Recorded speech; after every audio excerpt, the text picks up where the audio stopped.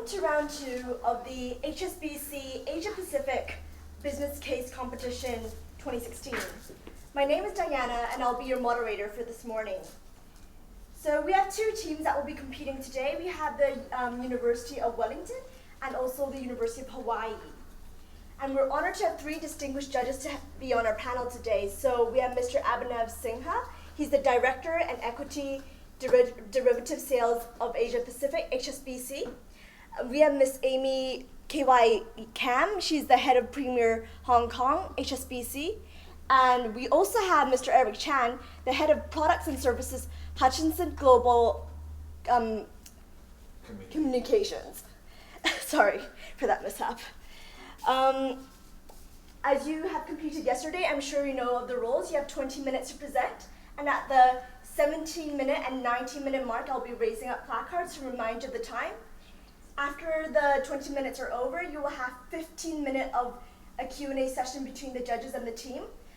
We'll be very strict with the timing, so once the time is up, we'll be reminding you that your presentation is over. So if you're ready, we'll begin shortly. Okay.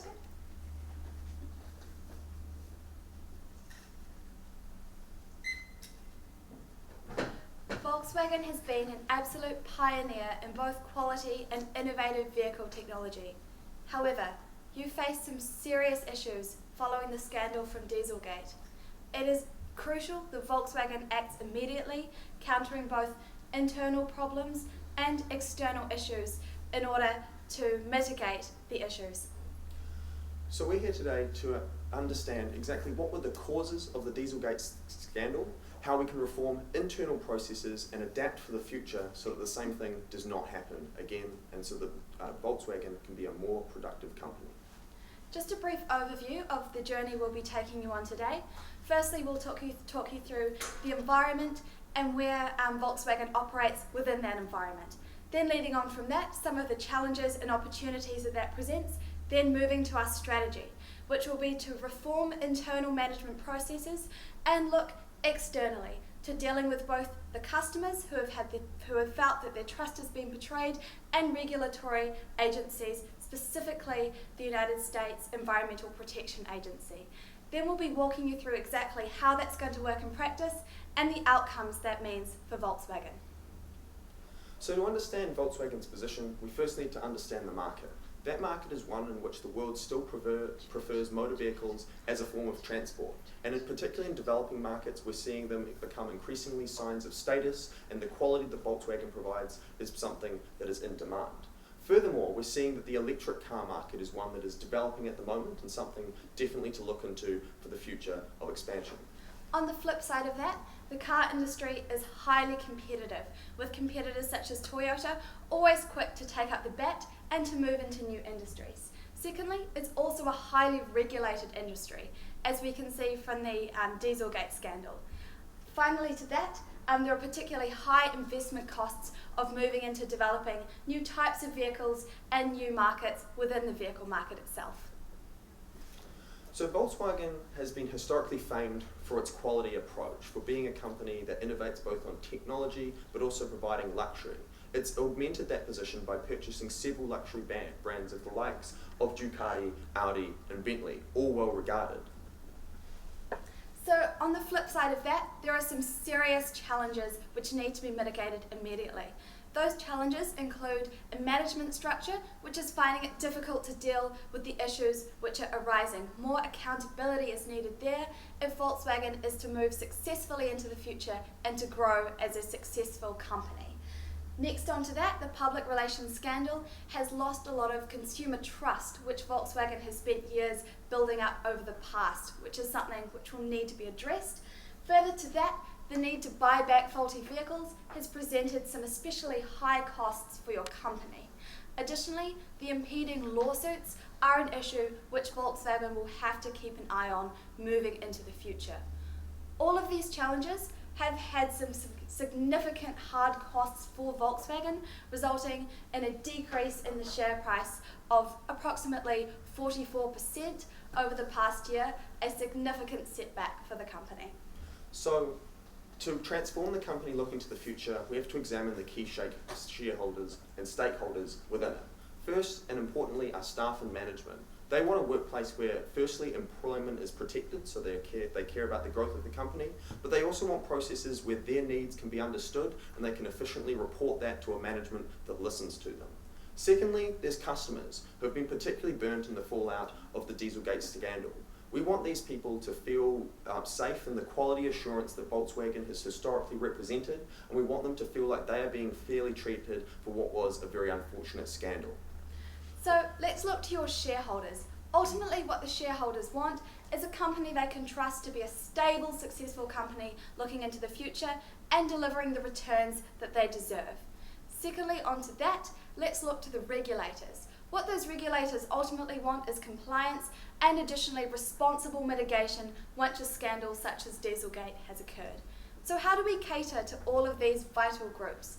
With our strategy, managing the future, this will have a forward-looking approach, reforming both internally and mitigating risk and challenges externally. So let's examine strategically where you need to position your business. The first aspect is in terms of your core processes. Currently, the management structure needs to be shaken up in that it's not really accountable to its internal employees in terms of reporting. In 2004, this Dieselgate scandal management was already aware, but that information wasn't acted on. Therefore, we need to refine the Supervisory Board and bring in external auditors to ensure that these kinds of processes do not happen in the future.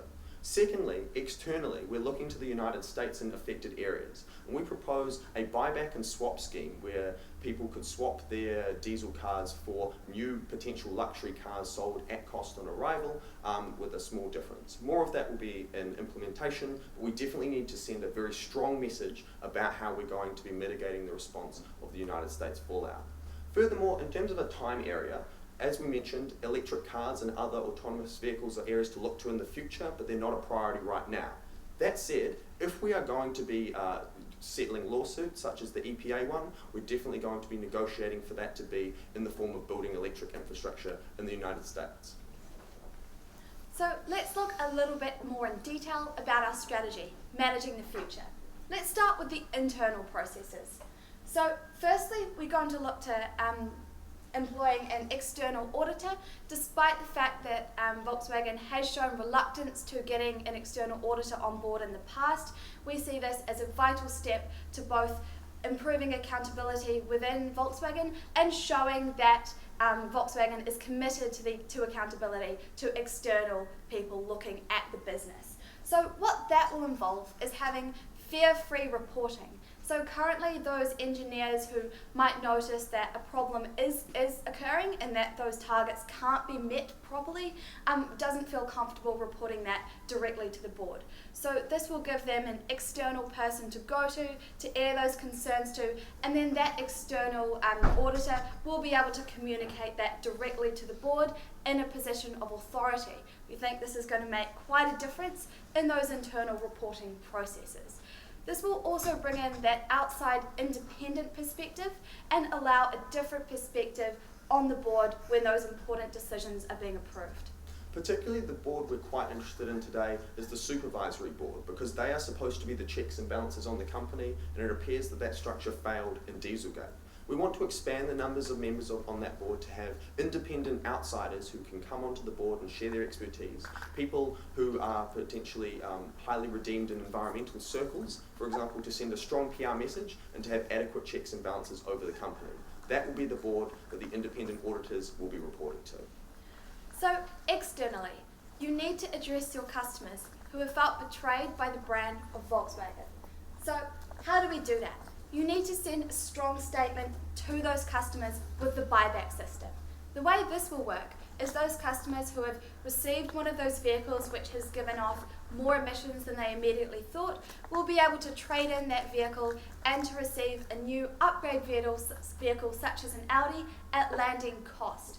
Although this will cost a significant amount to Volkswagen, it's particularly important that they gain back that trust and show that they really are committed to cleaning up the mess that's occurred.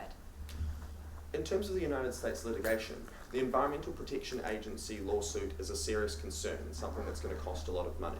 We suggest using this to try and gain at least some sort of money back by agreeing on a settlement, as the EPA is currently looking into, which both minimises litigation time but also would give us the opportunity to build electric vehicle infrastructure in the United States, which is something that in terms of expansion plans we're definitely looking to in the future anyway. This minimises the harm of the EPA lawsuit and sends also a strong message to our customers that we're committed to environmentalism. So overall, we need to implement all of this, but there are a couple of discounted strategies.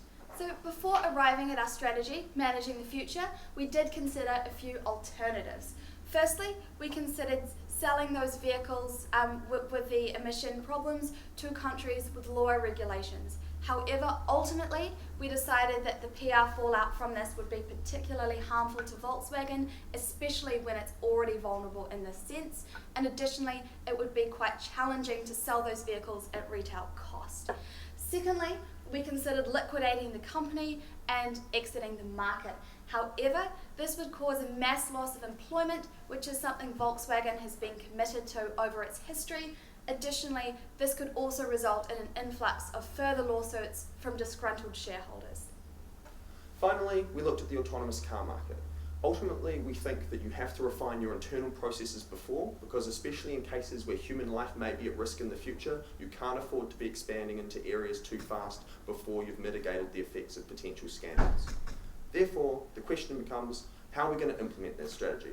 And that's where I'm going to invite Adaraj and Jimmy to step you through the details. Now, before we look to how we're going to implement this strategy, we first need to look at the current financial position that you're facing. Leading into the issue that we're facing now, you posted a record profit of over $12 billion with over 8% growth on last year. However, in light of this, your third quarter profit for 2015 has dropped and was negative $3.5 billion. In addition to that, you have potential liabilities of up to $71.88 billion in relation to the Dieselgate scandal, and your share price performance has plummeted down to 44.79% from its 1 year high.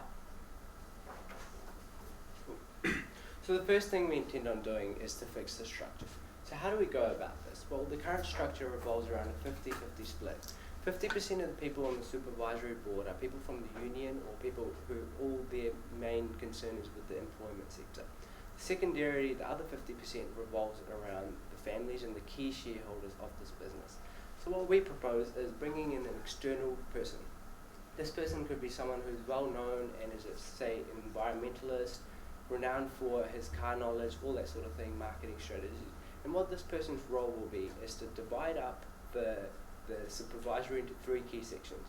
So you'll have the union section, you'll have the shareholder section, and you'll have the other interests.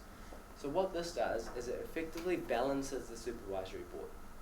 Currently the decisions made are quite straightforward in the sense that it's just a 50-50 split, so anyone can push for an argument and gets pushed through really quickly. By doing this, what it means is that all the aspects of the decision are concerned. For example, in 2004 and 5, when the engineers found out about the push on the software, had this been implemented at the time, the external board would have reported to the supervisory board, and then being a key sector of the supervisory board, they could have informed that team to make sure that the decision had not been passed. Had this been implemented in the past, it could have solved a lot of problems for the company and could have continued the share price rising. However, this is looking to the future, and this is something that the company, if it is implemented, will reduce that damage. Secondarily, we've got to deal with the external reporting auditor. So what this means is effectively bringing in a team of people who don't necessarily have much to do with the company apart from gathering information and delivering that information directly to the supervisory team. For example, if you're a small-time engineer in this massive Volkswagen company and you discover there's a bug in the program that delivers a massive reduction in performance, given the company's current hierarchical structure, you feel you're not comfortable talking to your managers. What you can do is, without having to be afraid of talking to your manager, you can go to the external board, and your argument, which might be key for the company, will go directly to the top, to the place where the decisions are made. So what does this do for the shareholders? For the shareholders, it provides a stable future. It provides a surety for the shareholders that the company moving forward is a transparent company, is a company that's stable and will look to the future with their growth. Now looking at the potential liabilities that you face. Breaking that down, you've got $44 billion that is the investor lawsuit that the European investors have raised. You've got a $2.2 billion penalties for the CO2 emissions in Europe. The civil lawsuit fines in the US are a potential $18 billion, and the buyback liability of repurchasing the 115,000 vehicles currently in the United States comes to over $7 billion US dollars. That's how we get the total 71.88 billion liability there. Cool.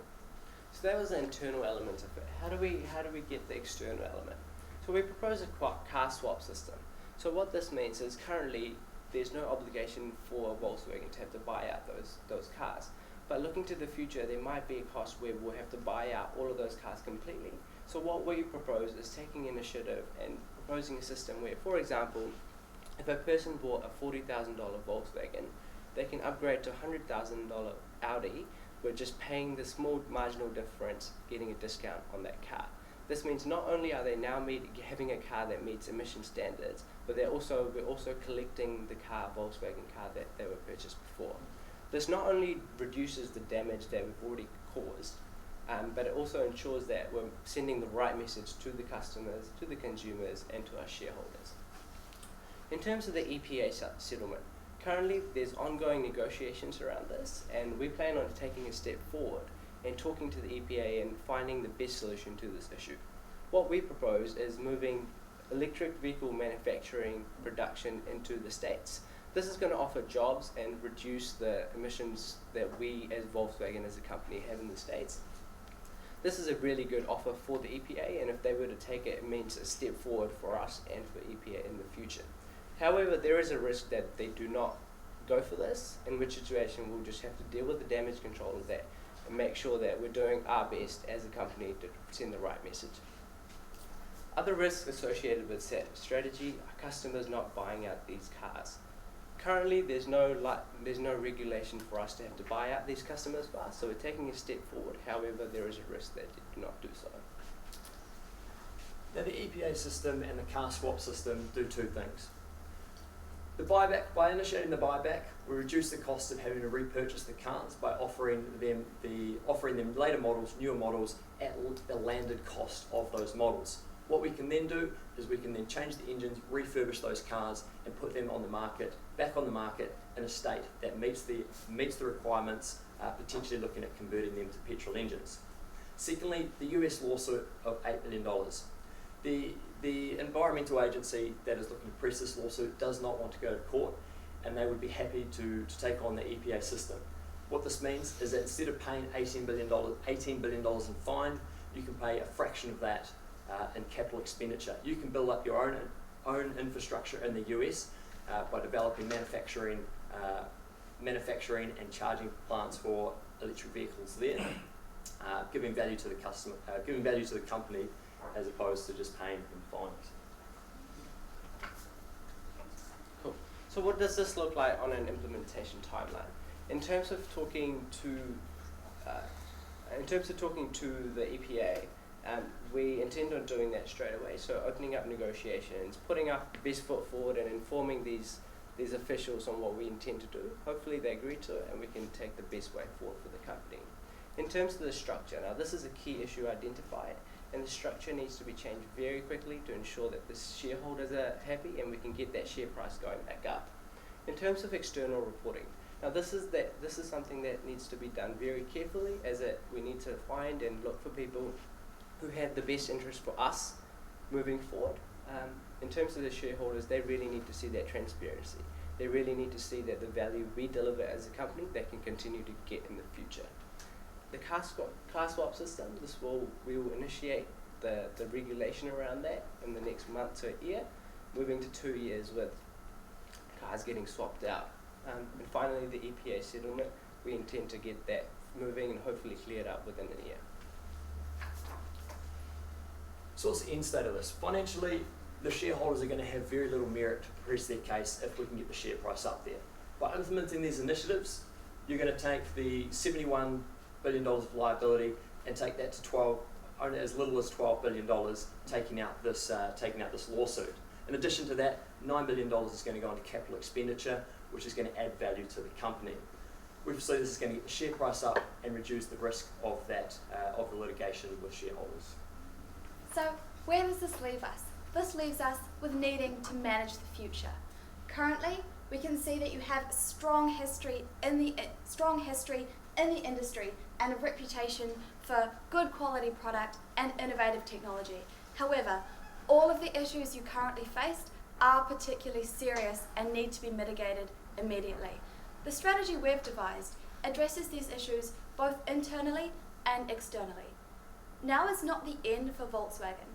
Now is the time to immediately address those risks and look to stabilising Volkswagen and looking to opportunities for growth in the future. We'd like to open the floor to Q&A for anything that you have for the team.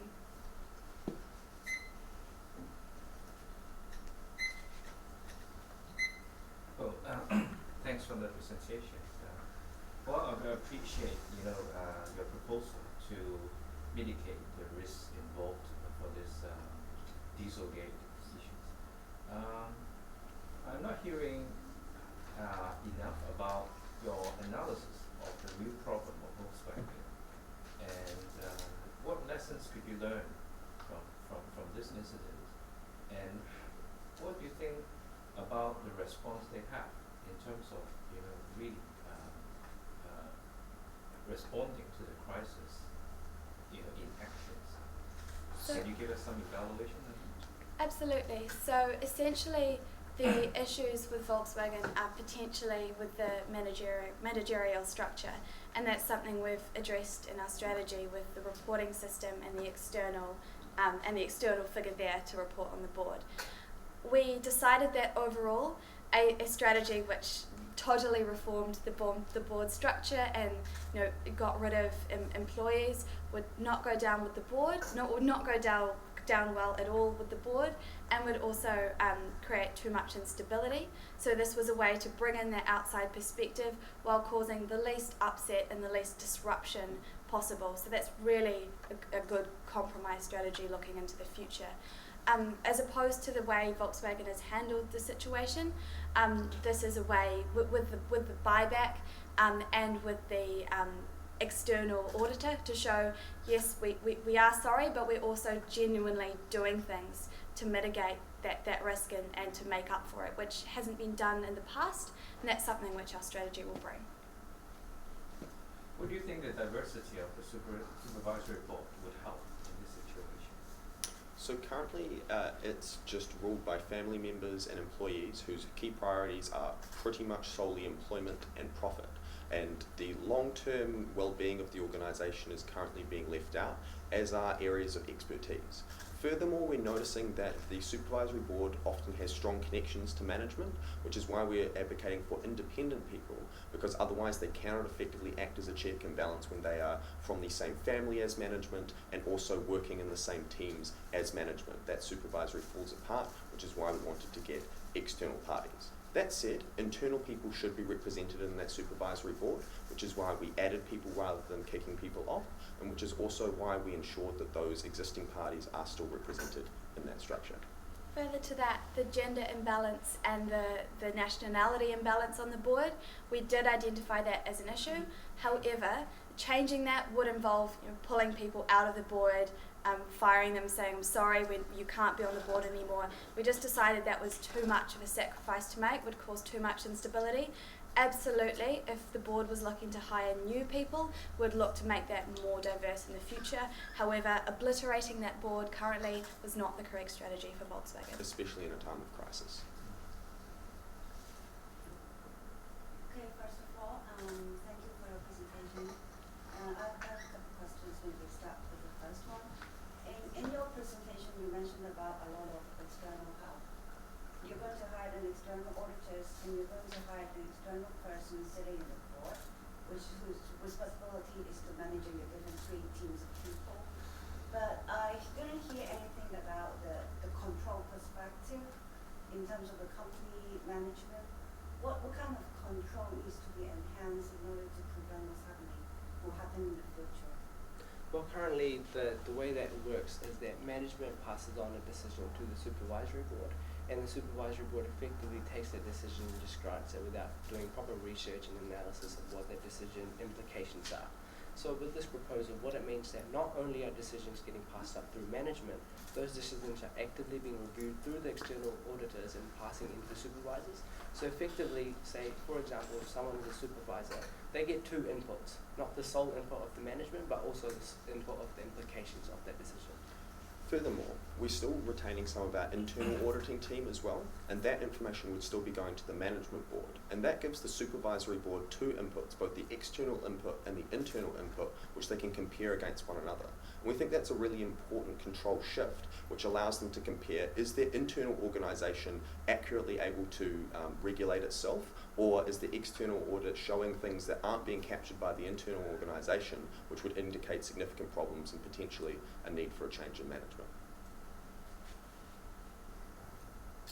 We've got two questions. One is, if you look at the stakeholders in the company, the regulator, the customers, the shareholders, how would you prioritize Volkswagen's importance to these stakeholders prior to the scandal, and how would you change that importance going forward? So is it a third importance pre, and then you change that going forward, or do you keep the same emphasis or new strategy? That would almost certainly change. So prior to the scandal, Volkswagen was primarily, and still is, a company driven by profit. So therefore the consumers and what they want and their needs is topmost, as well as the shareholders in delivering value to them. Looking into the future, it's those regulatory bodies which we're going to need to keep an eye on and make sure we work with and show cooperation, as well as the consumers additionally, and making sure that you mitigate the risk there. Just building on that, Volkswagen knows they have a good product, they have a high quality product, so ensuring their customers are happy is just about building that trust factor. Who we really need to look out is for those shareholders who are filing lawsuits against us. So if we can mitigate that risk and make sure the share price is going up and keeping those shareholders happy, we can ensure that we all move forward together. Second question, the strategy so far focuses on trying to mitigate the risks in the US. Did you consider just pulling out of the US, cut your losses, and focusing on the world excluding the US? So pay the fine and move out? So if we couldn't settle for the environmental, we did, and if we couldn't settle with the Environmental Protection Agency, that's a mitigation factor. If we have to pay our fine, then potentially we would seriously reconsider electric expansion in the United States. We were considering looking at other low-cost countries for manufacturing because the United States is quite expensive, and that was just a strategy to mitigate that cost. But we think that given the potential to, if we're going to have forced expenses in the United States, that does place us in a good position to compete in electric cars in the future, and it is a good way to turn this unfortunate situation into a future strength. The US car market essentially is just too big of an opportunity to let go without a fight, so we decided not to abandon it as yet. Well, you actually put a lot of emphasis on bringing in external auditors, same questions, and to me, it seems that instead of lacking a system or framework or even a governance model, is the real people issues, the values of the company. Putting back to the case study that people intentionally cover up the mistakes. I think. So how will you deal with this? While you can put a perfect system in a company, it's the people who are going to execute it, right? So how do you address this? How are you going to change the company with people, staying in the same mindset? The key issue is those people who are motivated to cover up those issues are currently being given a completely free rein.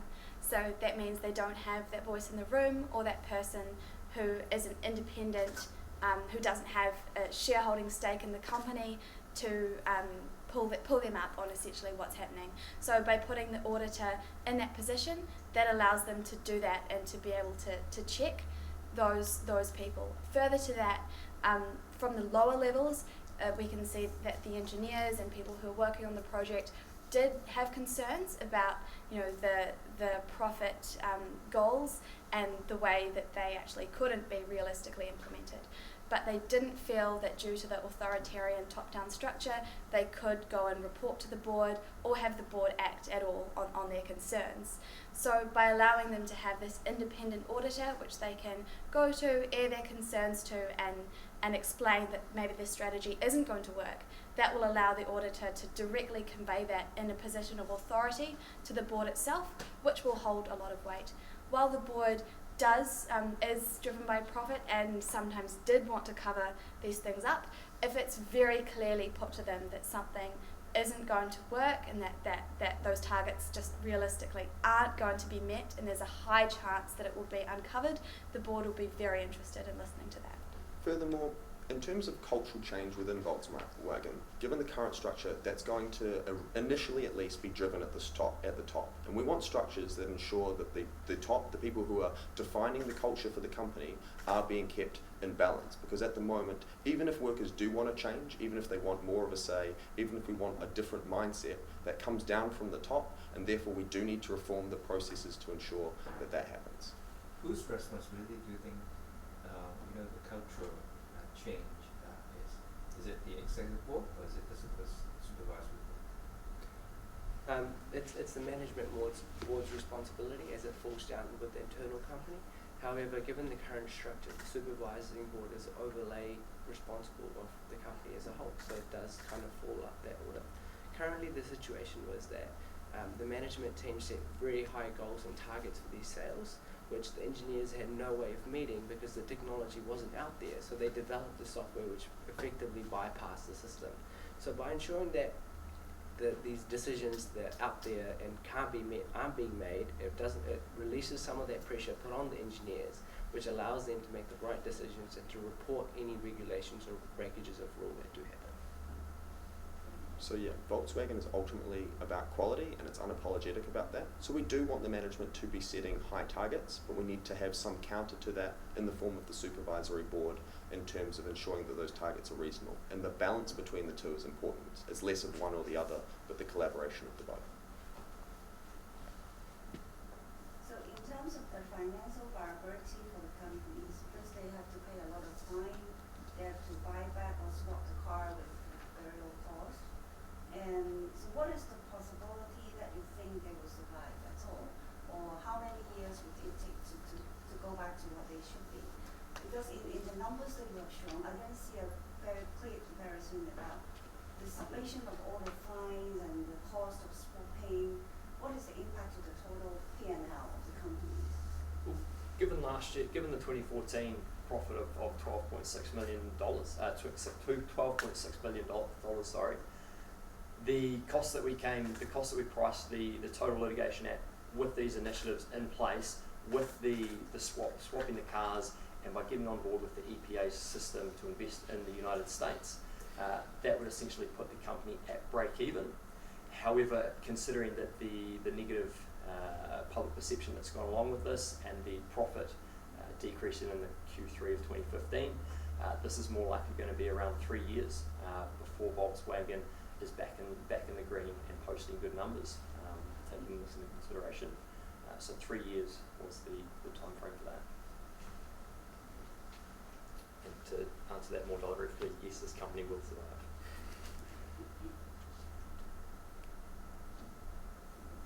On the car swap, you gave an example of taking a $40,000 car and letting the client buy a $100,000 car.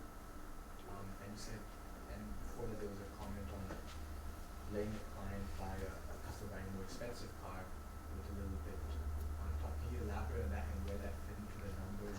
Because obviously there'll be a cost for the company. $60,000. Absolutely, there will be. So the customer can trade in their existing car. That will be apportioned to fair value based on what Volkswagen can refurbish and resell that at. And then they will receive the new car, the $100,000 car, at landing cost in the US. So they pay the difference between the value and the landing cost of that car.